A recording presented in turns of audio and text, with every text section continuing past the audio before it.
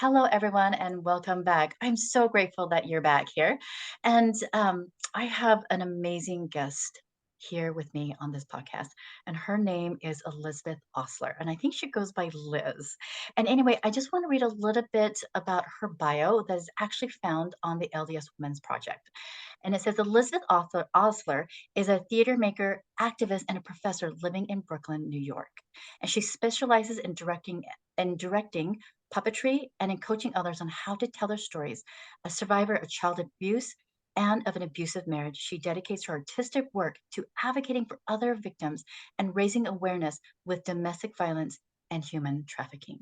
Now, when I first found Liz Osler, I was seriously taken back. And as I'm talking about this, I can just feel like my spirit just tinkling all over my body.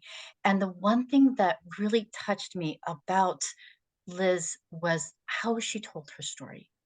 And it made me ask myself how storytelling can actually be part of the healing journey. Because I felt like that was her underlying theme, is that the whole time she's talking about her story, it really is a narrative of her own personal journey.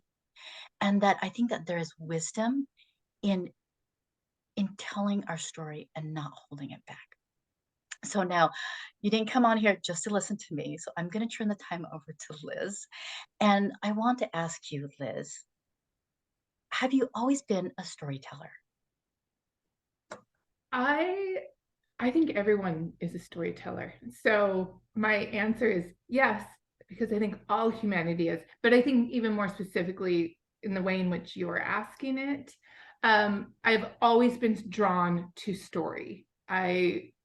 As a child, I looked forward to my grandmother telling me stories. In my elementary school, there was a lady with crazy hats that would come visit the school and tell stories. And I loved her. And I was like, I I didn't think at the time I want to be her, but I did want to be her. So I have, and then I would make up plays and with my sisters and cousins and friends. So yeah, I've always been drawn to stories and the telling of stories. Mhm. Goodness. And I think it's so amazing that this passion, this spark started at such a young age. And now, like, look what you're doing. Yeah. And so in your bio, it talks about some of your childhood trauma and abuse that you went through. And I was wondering, would you be comfortable in sharing some of your story, your origin story there?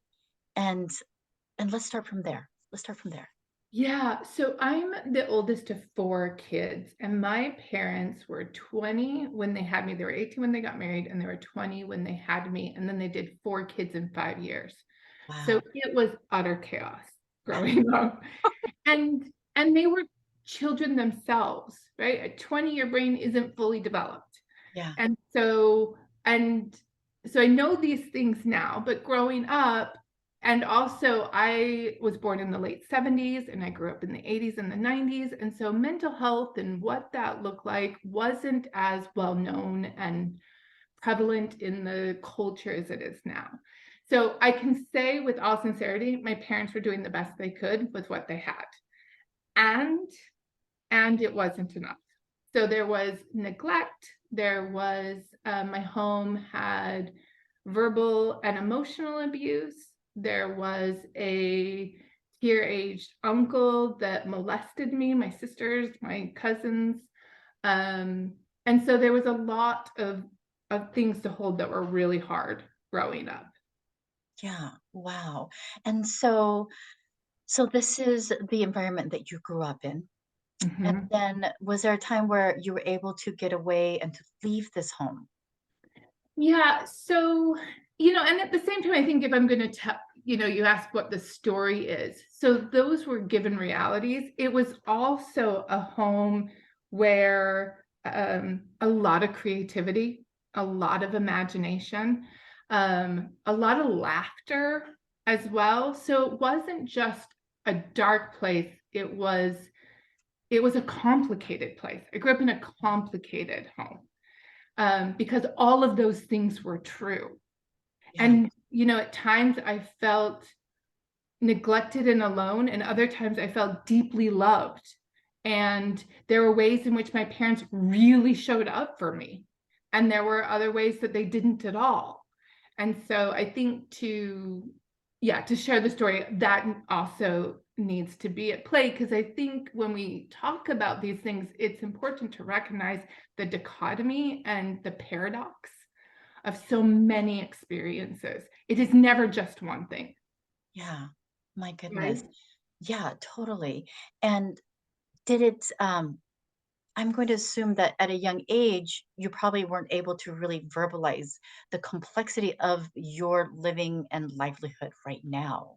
But Exactly. now that as you're thinking back and you see the dichotomy, you see the paradoxes, you even see the contraries within yourself, within your parents, within your family dynamic. Um, how has like telling your story been part of this healing journey that you're on? Yeah. Yeah. And so, too, because I didn't actually answer your first question, so that's I'm like, oh wait, I didn't answer the. So I can answer both. Yeah. Is so when you ask, leaving that environment. So I did move out when I was 18 to go to college, same town, just Yeah. another different part of town Uh-huh. with some roommates. And so that helped. That helped give some perspectives. And then I also got married really young. I got married at 20. And so that's part of my journey as well. And then, okay, now what was your question again that you had just asked? I had it and I lost it. Oh my gosh. Let's think about what was that? It was, how have you making sense and telling your story of your family origin been part Yeah. of the healing journey? Yeah. So I it is crucial. And so the thing that I've come to understand now is, one, I am very much drawn to the work of restorative justice.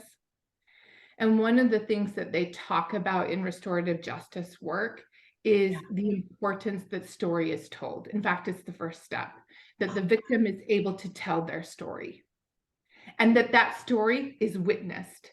And so I think that is oh, also an that's additional interesting. very important part of this work, is that it's not just being able to verbalize the story, but that also it is witnessed.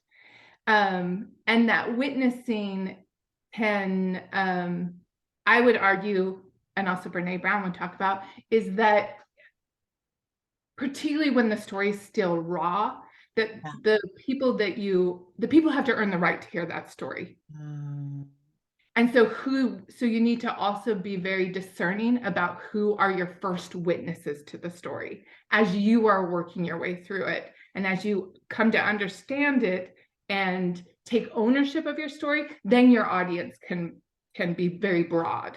But until then, it is delicate. And the story knows who can be, if you trust the story, it will yeah. tell you who can hear it and hold it. Oh my gosh, that's amazing. Okay. So I'm trying to decide on several questions. So, all right. Did you now you did mention that you're married at a young age Yeah. and that you later got a divorce. And Yes. I'm going to assume that that is also, an extension and continuation of your story of origin. Yes. Did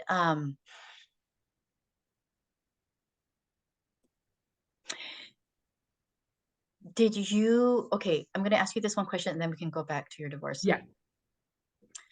Was it Did you need to go through your divorce to then begin to start telling your story, or was it something that you were practicing telling your story um, through your marriage and struggles and divorce? This is an excellent question because it's reframing things in a way I hadn't fully considered. I I only know my journey because it was my journey. But if I look back, I think there is a difference between discharging discomfort Mhm. and owning and telling your story. So Okay. I think at times when I'm talking about discharging discomfort Yeah. is that things were happening to me and then I might make a new friend or I might meet somebody and then I would just vomit my story onto them as a way of discharging this pain and a way of like hot wiring connection. right? Like Got it. super quick connection. Oh, So yeah. I would say like, this happened to me. And people would either say like, oh yeah, I had a similar experience. And then we'd have a supercharged, potentially trauma bond, there. Yeah. So not always, I want to be very careful because that's a human nature thing. So I don't want to judge it, but it isn't always the healthiest way of handling it. It can be a coping mechanism, Yes. you know.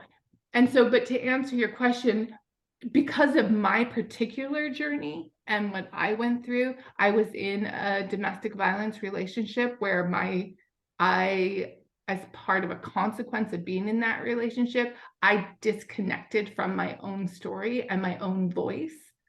And Wow. so to break from that relationship, I had to reclaim those things.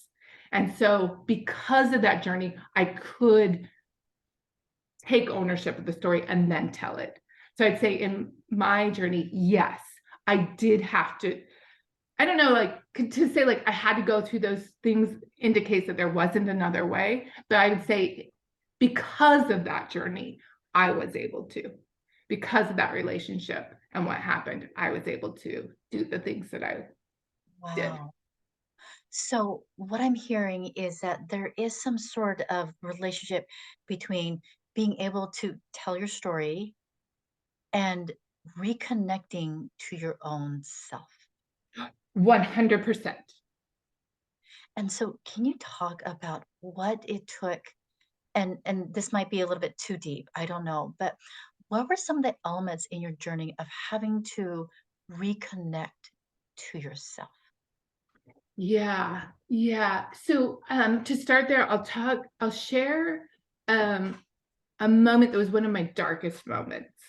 Yeah, Um, because it was like a real disconnect to get to then how I could reconnect. But I had this, it was later in the relationship. So I was married a total of 8 years. The last two I was separated and trying to break away, which was very complicated. But so I would say maybe it would have been getting kind of close actually to that 6 year mark. I remember feeling so lost and disconnected from myself and my community. So I was very textbook in that now at this point I'm isolated from my family. I'm I do have friends, but my marriage is very much informing how I'm relating to other people and the connections I have. yeah, And so I have a medical issue that is being problematic in my relationship. And I'm going from doctor to doctor to try and figure this out. And I'm getting a lot of pressure from my ex about, like, you need to take care of this. This is your problem. Like, fix it. And I had a moment where I got a doctor's appointment wrong. And I thought, okay, this is the doctor's appointment that's going to fix it all. And if I can just get in. And so I told my ex, like, no, this is the one, like all these things. And I get there and I have the wrong date. And it actually isn't for much longer. oh, And wow. I have this like breakdown. And I thought, no, but this was going to save the relationship. Mhm. And I was like, what am I going to do? How can I save this relationship? And I remember, and it does, like, even now, I'm like, this doesn't make sense. But when you're in that kind of trauma and pain, I was acting instinctively and reactionary, right? That there wasn't a whole lot of logic happening. But I had this moment with myself where I thought, I am, I no longer matter. I will do whatever it takes to stay in this relationship. I choose this relationship over anything else. And I felt inside like this disconnect happen between me, right? Like this person that was, and it was really a almost like a betrayal of myself in order to stay in this relationship. That whatever he wanted and whatever he needed was going to be more important than anything else, because being at his whim was going to what was going to keep this relationship. Yeah. And so, But, as you're yeah. navigating all of this, where was God in all this? Like, did you ever feel that He had abandoned you? Or did you have a sense that he was always there? I have been blessed with a knowledge, with a close relationship with God and through my life. And so through the chaos and traumas of my childhood and even in my marriage, I knew I was loved. I knew I was a daughter of heavenly parents who loved me. That I knew. And I think that for me, that's been a saving grace. And so so I was never mad at God in this regard. Like I didn't have that experience. I had reaching out and wanting and being very prayerful a lot, particularly when things were really hard. I didn't fully, like, intellectually, I knew that leaving was a possibility, but I didn't really understand that. That didn't seem like a real option. It was more of, I made this choice, I am here, and I need him in my partner, in order to survive. So how can God help me make the changes I need to make so that Wow. I can satisfy my ex, and so that we can be happy, because this is where I'm at. So Yeah. he can tell me what to do. Like, so it was constantly pleading with God, like, who do I need to be? How can I make this better? What do I need to change? And at the time I would feel the Spirit, and I would interpret that Spirit as confirmation that I was doing what was right. And what I can now look back and say what I actually was receiving was comfort in pain. Mm, It wasn't confirmation of my behavior. It was, I see that you're in pain and I'm with you in this pain. Yeah. that's so beautiful that in this darkest moment, like you were saying, like he really is there. He's not there to judge you. He's not judging your ex. Like he's just there to comfort you. Yeah. Yeah. But I would interpret that comfort as confirmation. Yeah. And then there was a moment at the end when the relationship just culminated in this real intense moment, and I was doing the same behavior, like going to God, and it was a complete absence, just Wow. complete. And I think I needed that, because again, I was interpreting comfort as confirmation, that the absence of anything, just total void, really woke me up to be like, oh, maybe this isn't, maybe the Spirit isn't sanctioning this. Wow. And And then so very much felt the Spirit as I got out. yeah, definitely. And so when you felt that, I'm going to assume, like you said, it was near the tail end of your sixth year and the Yeah. beginning of your separation. Yeah, very much. And so was that the beginning of an attachment, of your own self and a reconnection to God? Like, how did that all get navigated? Yeah, I had this lovely moment right before the end of the relationship. So, right, again, maybe about the same time. Um, I was, so as you said, I'm a theater maker. And so performing arts and all of that is an integral part of my joy and way of being in the world and nourishing my soul. So I remember I was living in Salt Lake City at the time, and I was walking downtown, and there's a theater in Salt Lake called the Capitol Theater. And I was walking past it, and it's where the ballet Mhm. performs a lot. Oh, I remember. Yeah. And I was hearing the orchestra warm up, and I froze. And I'm across the street, and like my body would not move. And it was like my spirit was jumping out of my body and wanted to be in that space. It was being drawn to that music. Because pre-show is one of my favorite sounds, is you're hearing the audience come in and you're hearing the instruments tune. It's one of my most favorite sounds. And that's what I was hearing. And I could feel my soul just longing for that.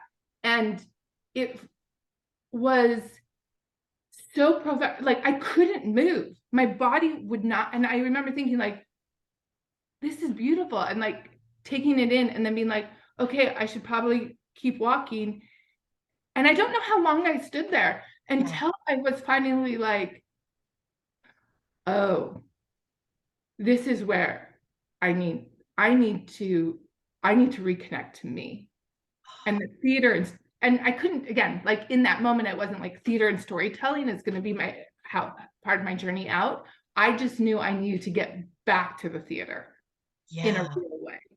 Um, and so that did help because then my, even though I felt like my soul disconnect in that, that's not actually what happened, Yeah. right? Like my soul is still there. And I think that was just a moment where my soul could speak in a way that I understood and Wow. could pierce through the uh, trauma and the control that my ex had in my life, that because it was so pure and so piercing that I could feel that I mattered and that my soul was like, no, there is a different way of being in the world.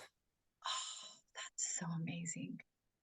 So did it seem like it took courage for you to step out of that relationship and whatever labels that you may have put yourself during the abuse and step out from there and come to realize that no, I have another identity. I have a deeper divine identity.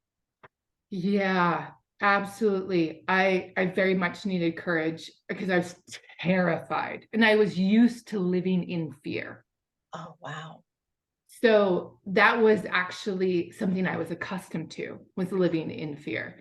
And so it felt it was like I was at capacity with fear. And to make that change felt like it was one step too far in the Oh, fear. got it.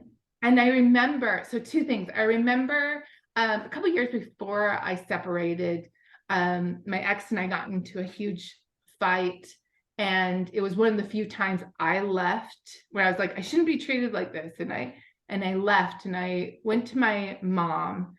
And I remember, and we were talking about it, and she was being really delicate with me. And I remember her saying to me, Liz, what's the worst thing that could happen to you? And I said, I would get divorced. Yeah. And she said, no, that's not the worst thing that could happen to you. The worst thing that could ever happen to you is that you lose yourself. Wow. And I couldn't hold it at the time, right? But Yeah. it did plant a seed. So that's hanging out inside me. Yeah. And so then when I start thinking, okay, I'm going to get divorced. And then by the time I'm like, I'm going to get divorced, now I'm isolated from my mom. So she had to plant the seeds before I got fully isolated from her. And that started coming back where I'm like, that's right. Getting divorced isn't the worst thing that could happen. And I went to my bishop and I told him what was happening and that I was going to separate. But I was too scared to say the word divorce and Mhm. then and specifically to a bishop.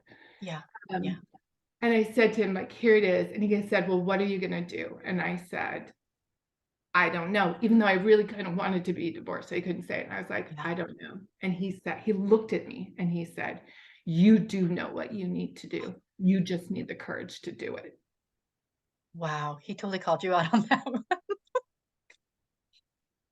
But how brave he was for saying that, right? Like he was Right? saying what was already in here. It's like he discerned what was in your brain and what you were feeling. He also knew you couldn't say it. So Yes, he exactly. said it in the gentlest but firmest way possible. What exactly? And then also, this is the late 90s. And so, to for because earlier that, because you know, is, well, how do I want to say this? Is that in the 90s, it was our faith tradition's always been okay with divorce. Not okay, but right, like it was never you could get divorced. Yeah. You could stay Yeah. in the church and get divorced. There were Yeah. definitely consequences. I don't want to say Yeah. that that wasn't hard or that there wasn't cultural consequences. There Yeah. certainly were. Um, but to have him, I thought not only in some ways he was modeling courage to say to me, because Oh, right, because it could have been very easy that I could have had a bishop that would have said like, no, marriage is the most important thing, and yeah, you just need to figure out how to work it out. So it was also very courageous, I thought, of him to look at me and say, no, like, you don't have to stay here. it's But like, you, the right, but gave it back to me, the agency back to me. yeah, yeah. He didn't Oh, tell me to get divorced. He said I needed courage to do what I knew what I needed to do. yeah. Oh my gosh. And so how did that pivotal moment, and I'm going to say that there's probably maybe many pivotal moments, but to have your bishop to to say these words to you, like how did that begin to change the inner narrative? Yeah, it gave me a permission that I did need in my circumstance to start to trust my myself and to trust what I the next step I knew I needed to take. Mhm. My mother, so as I was separating, then I reconnected with my mother. And one of the things she also said to me, because I went into therapy, because I couldn't break the trauma bond. And I was like, even when I separated, I was like, I want to get away from you, but I couldn't. Like Yeah, we were still together. We were still like we were living in two separate places, but I was seeing him all the time. It was so complicated and yeah, messy. yeah. And I, during this time, I'm going to therapy, and my therapist was like, do not tell your husband that you are in therapy. I don't need him showing up my office Oh telling my. me all these. And so it was the first time, too, where I kept a secret from him, something like profound. And so that also gave me courage. That was like my own little thing. Wow. I felt so subversive, and I was like, this is it felt dangerous. It Yeah, felt dangerous, but also empowering at the same time. yeah, And then as I was connecting to my mom, and I was like, I don't know, because I was in my, his voice was the dominant voice in my head. That I remember my mom said to me, because I remember saying that, like, I can't get his voice out of my head and I can't make any decisions because I don't trust that they're mine. yeah. And she said, choose two or three people that are the closest to you that you know have your best interests at heart and only listen to them until you can trust your own voice. Oh my And so I God. had two friends and my mom. Mhm. And I was like, and I mean, like, even the littlest questions, decisions, I would be like, what should I do? And they would tell me, and then I would just do it. And it was like, um, that helped give me courage to get out, but it helped give me space to start to hear my own, to get his voice out and start to hear my own voice, so I could hear, because what I had to hear and trust my own voice before I could tell my story.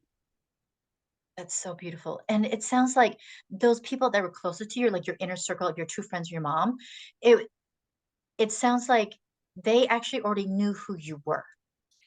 And so it's like they're holding on to this seed, actually many seeds, and they're just holding it and waiting for you to be able to take them yourself. Yes. Yes. And so I love that. And then, but before you can actually take a hold of those seeds, Yeah. you're just trusting that the seeds that they're holding, the beliefs about you were good and honorable and pure and loving, and you just trusted them. Yeah. Oh, Yeah. wow. That's Yeah. so beautiful. Hmm. And so I love that because like the changing of the inner narrative really was right now I don't trust myself, but I trust you. Yes. It's Yeah. like you're the spokesperson. It's like Moses, he can't really speak because he's stuttering. So he like, what does he do? He kind of points to Aaron, and Aaron becomes Yes. the speaker. Oh, I love that way of thinking about it. They were like my Aaron, very much. That's such a deeply moving way to think about them. And Yes. then, yeah, that's just so, so beautiful. And so I know that one of the things that we were talking about before hitting Yeah. record was the importance of anger. Now, now we all think anger is bad. No, we shouldn't be angry. And I always tell my clients when they're angry at God, I'm like, just be angry at him because he's big enough to hold it. He's big enough and strong enough and loving enough to like hold space for your anger. And I sense, and I think we both sense that there is some wisdom in anger, and it's kind of part of your story as well. Do you want to kind of elaborate on that and your experience with anger? Yeah, it took me a really long time to acknowledge my anger and to Mm, be okay with being angry. One of it is being socialized that as a woman, I'm supposed to be polite and kind and not angry and all of those things. And then two, I think also as a Christian, you're raised hearing these stories that you're supposed to be quick to forgive and you're supposed to um not hold grudges, these types of things. And then added to my story is that because my anger felt too like if I felt anger, then I was becoming the monsters that I was trying to heal from. Then I was becoming my abusers because yeah, they used anger to hurt me. yeah, yeah, And so I thought, well, then anger's off the table. yeah, totally. Yet I was I was feeling it. Wow. I was, and not at first. At first, I mean, don't get me wrong, I was certainly angry at my ex, but not like a few years, I would say maybe 10 years ago, I was consumed with rage. There was so much rage in me. And I had done a lot of work at this point, therapy had really claimed my voice at this point, and so it was very confusing to me Yeah. why I had this. And then I didn't have a way to get it out because I didn't have a socially acceptable way of getting out that was also honored my own integrity and who I wanted to be in the world. Oh, I didn't want to that be an makes angry sense. person. I didn't Yeah, want yeah, to have, yeah. but I felt it, and it was really present. And I thought, maybe I should go to a rage room. Maybe I should take up boxing. Maybe and all those. And my friends like, take a pillow and scream in a pillow. I'm like, all of these things, which are helpful. Like they can help release the valve, like the Mm, pressure. And I even went back to therapy and I was like, I'm full of rage. And that wasn't really getting where I wanted. And then I had this realization. I would say it was a whispering from the spirit that this was not a emotional or psychological issue. This was a spiritual issue. And I was so mad what the answer was of how to address my rage. It made me so angry, which was forgiveness. And I was like, no, no, no, that cannot. I was so mad that the way to address my anger you remember that moment. You're just was forgiveness. And I was just like, there are some things that just are not forgivable. And I and then I started this journey that I'm on, which it is a journey, a deeply spiritual journey of forgiveness that is a process. So I don't think that forgiveness is a one time. yeah, I would say what I learned in my journey is that I'm committed to walking the forgiveness path yeah, because things come up, right? And I get and again, like our lives are complex webs. I when things make me angry because they are interconnected with so many things yeah, that and so a couple of things that helped. One, anger is okay. It's okay to be angry. It's an emotion. That's all it is. It's yeah, an energy field and it can really fuel you. That was the other thing too that I was worried about getting rid of my anger is it was help fueling my advocacy, yeah, but it's not sustainable. yeah. And so I was worried about that part and I was like, no, I'm justified in this anger, which I was, Mhm. but it was also internally, but it didn't allow me to have internal peace. And so the things that I realized that were really helpful for me were, like I said, I can be angry and that's okay. And the anger is a secondary emotion. usually in response to fear or pain or shame. And then, you can unpack it. So it's actually a really great teacher. If I'm angry about something, then my system is saying something's not okay. It's like the big red flag that's saying, you need to pay attention to me, and you're not paying attention to me, and now I'm going to be angry Yeah. and make you shut down and look at yourself. Yep. Yep. Something's not okay here. So Yeah. like to accept it as a tool and not to be afraid of it. I am, and that it's not a sin. I'm not a bad person, any of those things to feel anger. What I do with that anger, I'm absolutely responsible for. Yeah, totally. Right. And so then that becomes work about like, how do you address that?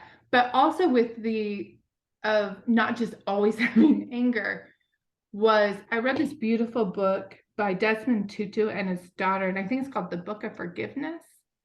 And he tells this, so there are two things, okay, we're a bunch, but I'll just share a couple. But this one in particular with Desmond Tutu, he talked about how important telling your story is, and how at the very beginning you need to tell your story. And he talked about the resurrected Christ. And he says, when Christ appeared to his apostles and he showed them his hands, that yes, part of that was to say, like, I am who you think I am. Like, here's evidence, I am who I am. But he said it's also a way for him to tell his story, for him to turn to the people that were most important to him in his life and say, this happened to me. And he was like, even Christ needed to tell his story. Yeah. And it's our story too, right? So good. So I good. have no words right now. Exactly. Right. And even, and what you said too, which I hadn't even considered too, is that the atonement, and particularly through a Latter-day Saint understanding of those miraculous moments, is, him taking on our sins and in Gethsemane, and then that those are actually our stories. As he tells his story, he's literally holding our stories. And when we see those imprints on his hands, they are emblematic of our own human journey. Yeah. Mm-hmm. Absolutely. And also like your own weaknesses, but then your own trauma and your own all the experiences that you went through. Like they also are an emblem of your story. And the reality that they happened, like you said, they're facts. Yeah. And the marks on his hands is an evidence of that. Yeah. Yeah. And that there's something, I'm just thinking of this now too. There's something really beautiful about, as a resurrected being, that we see this. A lot of times we think about perfection, and perfection being without flaw. But there's a Yeah. second definition of perfection, which is lacking nothing essential to the whole. Oh, can you say that again? That was Yeah. really profound. Yes. So the second definition of perfection is lacking nothing essential to the whole. Wow. When I think about being perfected in Christ, it isn't that I don't have flaws. It's that I have aligned myself with him. And in doing that, then I lack nothing essential to the whole. My goodness. Right. And so I think that there's this thing, like, particularly, none of us get through life without harm, right? Like it is, and sorrow. And those are the things that we want to hide. And those are the parts of our story that we push down or are afraid to share.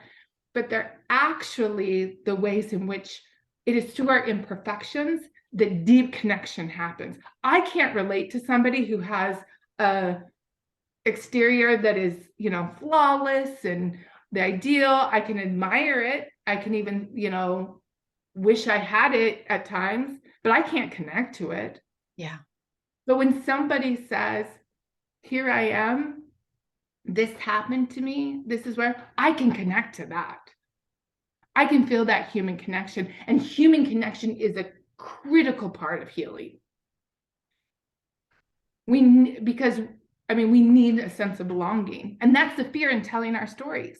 Yeah, that's so And true. particularly when we're talking about like getting divorced, when you're divorced, you're separating from the person that you thought you were going to belong to forever. And you're separating that story. Like the story Mhm. was quote unquote one, then it's Yeah. like, no, it's now diverging. Yes. Yes. Yeah. And I would even argue part of why that kept me in my relationship as long as it did is I didn't want to give up the story of what I thought could be or what I'd made up that the relationship would be if we could just get over these things Yeah. Yeah. instead Yeah. of like Then I would really have living my in story of reality. happily ever after. And it would be Yeah. great. And I'd be fine. And I would just go to this doctor and he'll tell me what to do. Yes. See how the story is so beautiful and wonderful. And yet it wasn't the story that was ever meant to be. Exactly. It wasn't a story that reflected the reality. Yeah. It was And an it wasn't, imagined story.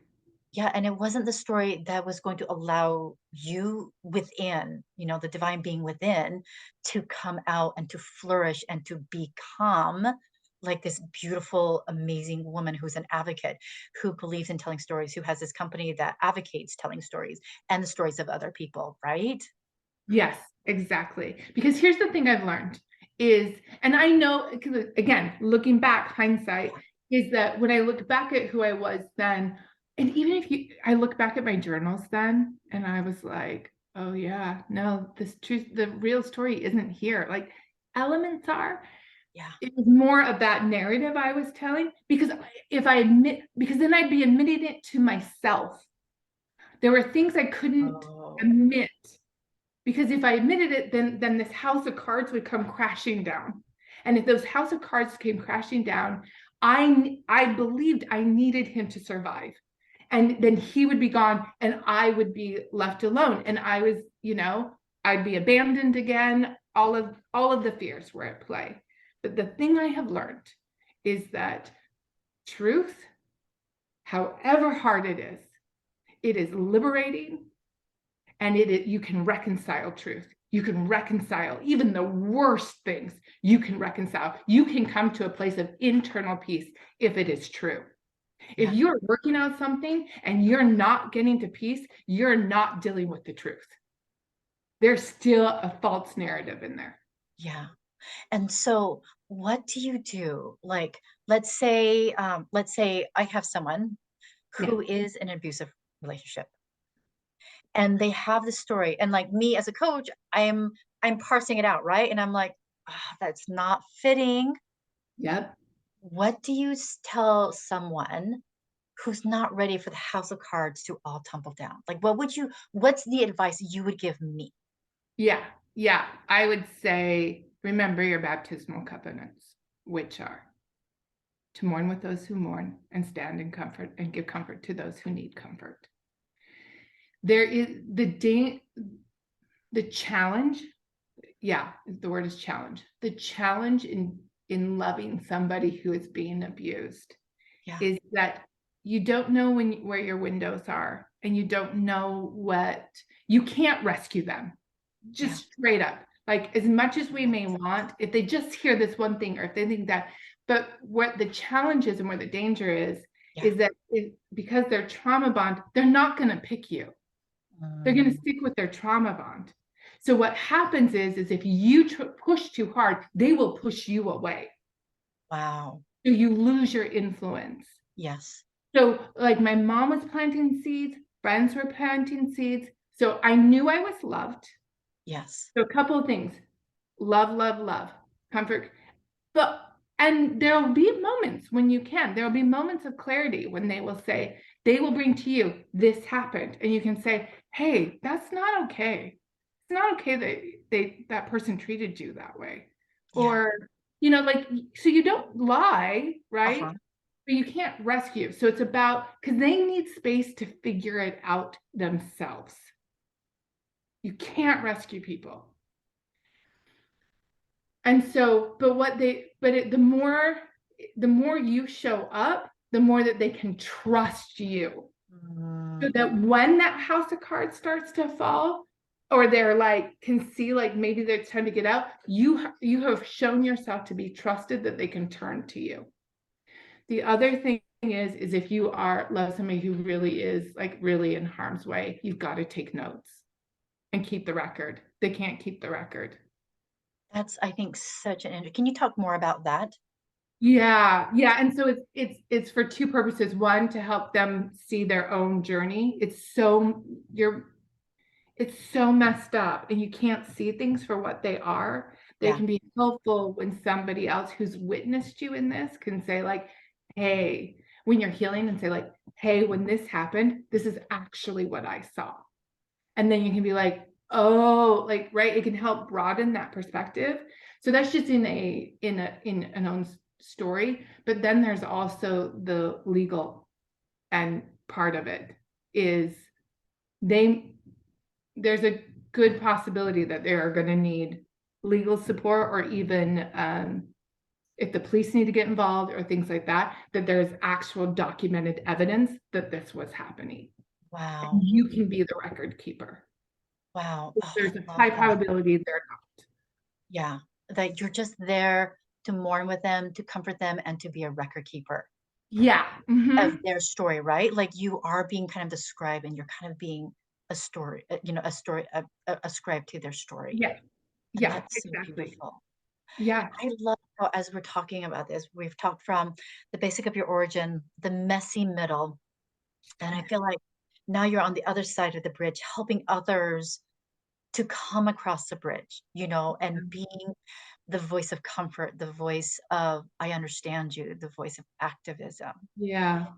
So, as you are now maybe looking behind and looking back at your times, what would you say you have come to realize are like your spiritual gifts that are now coming out and now they are a narrative of themselves? Oh, that's a beautiful question. So why not a way of a way of thinking that helps, that does get to your question, is I don't believe that everything happens for a reason. That way of understanding the world doesn't work for me. Yeah. Um, but I do believe that nothing is wasted. I Mm, believe that we are, again, based in an LDS theology, I believe that we are gods in training, and that this earth school is a training ground of the gods, and that's us. And yeah. that we have and so what that means is that it is our work here is to learn how to human better, how to make and keep covenants, how to develop divine attributes. And we know from the scriptures that sorrow is a divine attribute. The heavens weep. So I think when I think about spiritual gifts in that way, is that, and what I've been able to gain from this is a greater capacity to hold sorrow, a Mm, greater capacity to listen to somebody's story and try with compassion. yeah. Yeah. I also feel like, that we all have our individual spiritual gifts. And so for me, I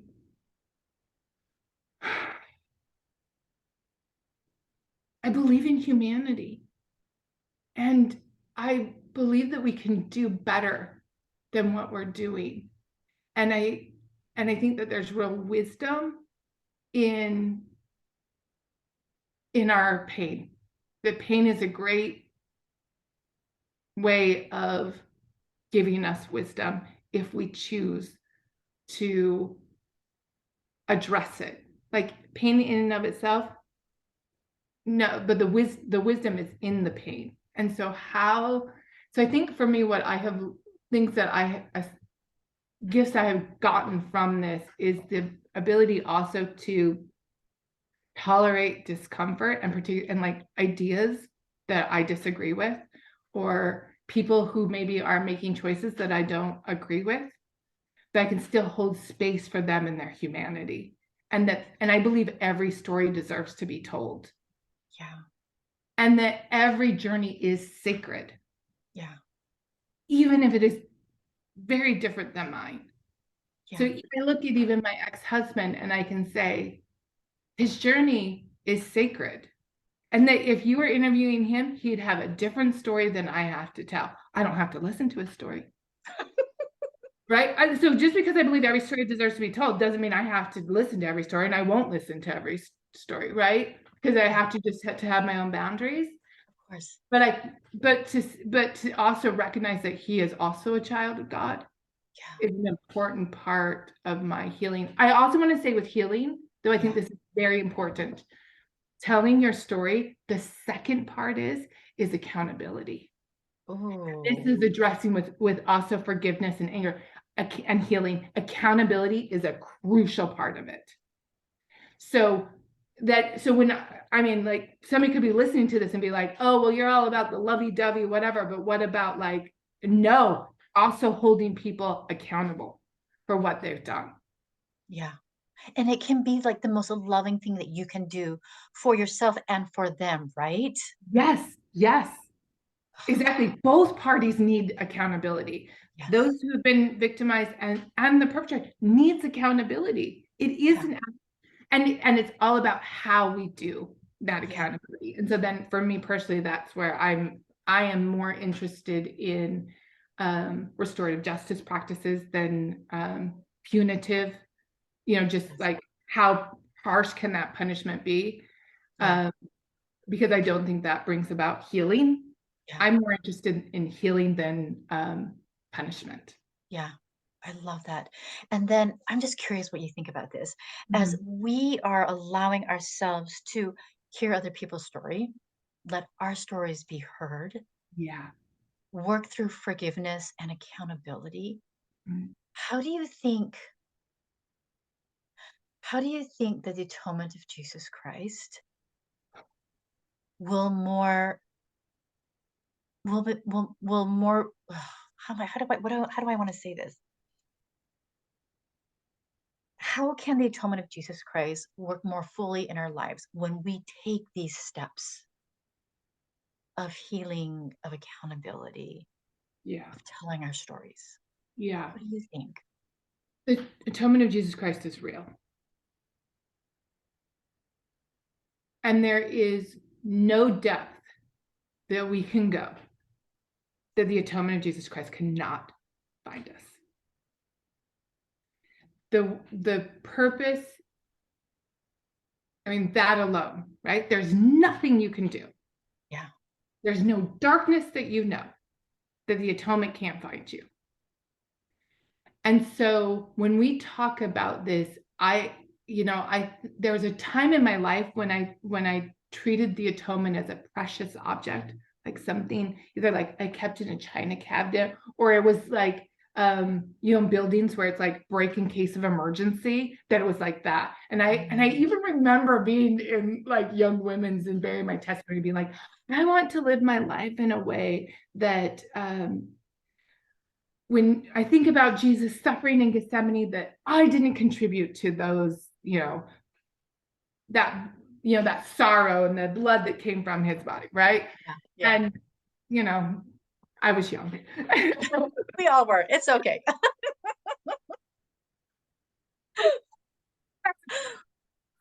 So earnest. Um, but the reality is it's none of those things. It is, I, you said in my bio, I build puppets, so I have tools. And it's the tool that is nicked and has paint splatters on it. And I know it so well, like I've used it so well, it just has like morphed into the palm of my hand, right? Like I know it so well. Yeah. That's what the atonement of Jesus Christ should look like in our lives. We be intimate with it, that there is no disconnection between it and us. It is a constant way of being in the world, not something that we grab when we need. It is Yeah. just a part of our countenance so that it can always be at work. Wow. That is so profound. And as I'm like thinking about what your tools could look like to create puppetry or to create whatever you are doing in your next production, Yeah. it's used, it's worn, it's nubbed. It's like you said, it's nicked, it has paint splatters, it maybe it's missing a part, but it's all because it's creating something, it's creating you. Yeah. Yeah. It's what I exactly like, right? It is the thing.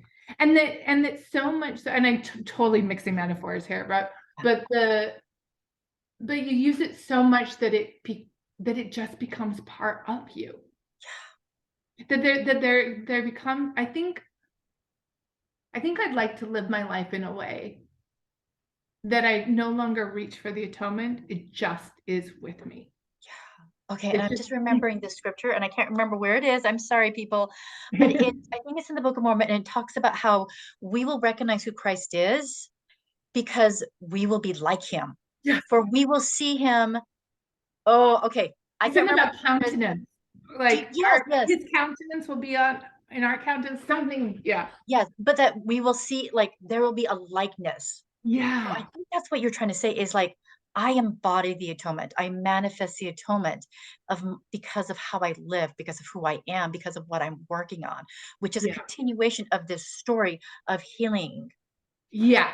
down and healing again and breaking down and healing again and using these same tools. And then, yeah, that is so beautiful. And then we become like under shepherds for other people that are like seeking to implement the atonement within themselves.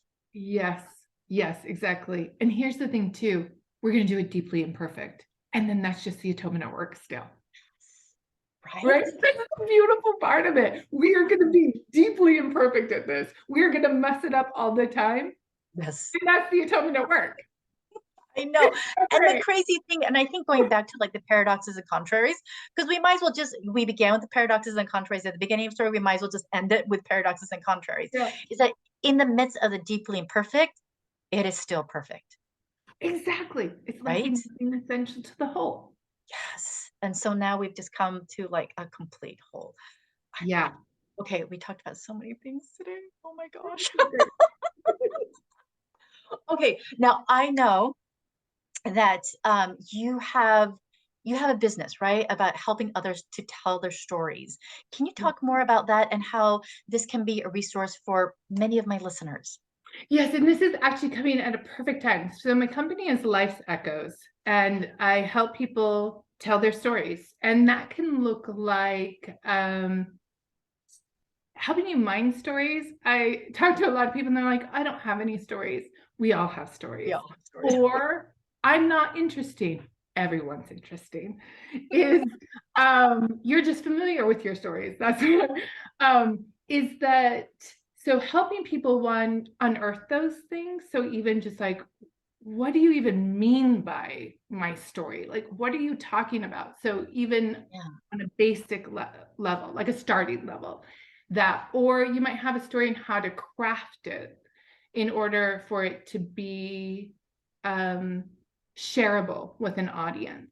So yeah, helping do that and how to then, and so every step of the way from, wait, I have stories to what's the best way to tell this story to an audience? So got it. all the steps in between there.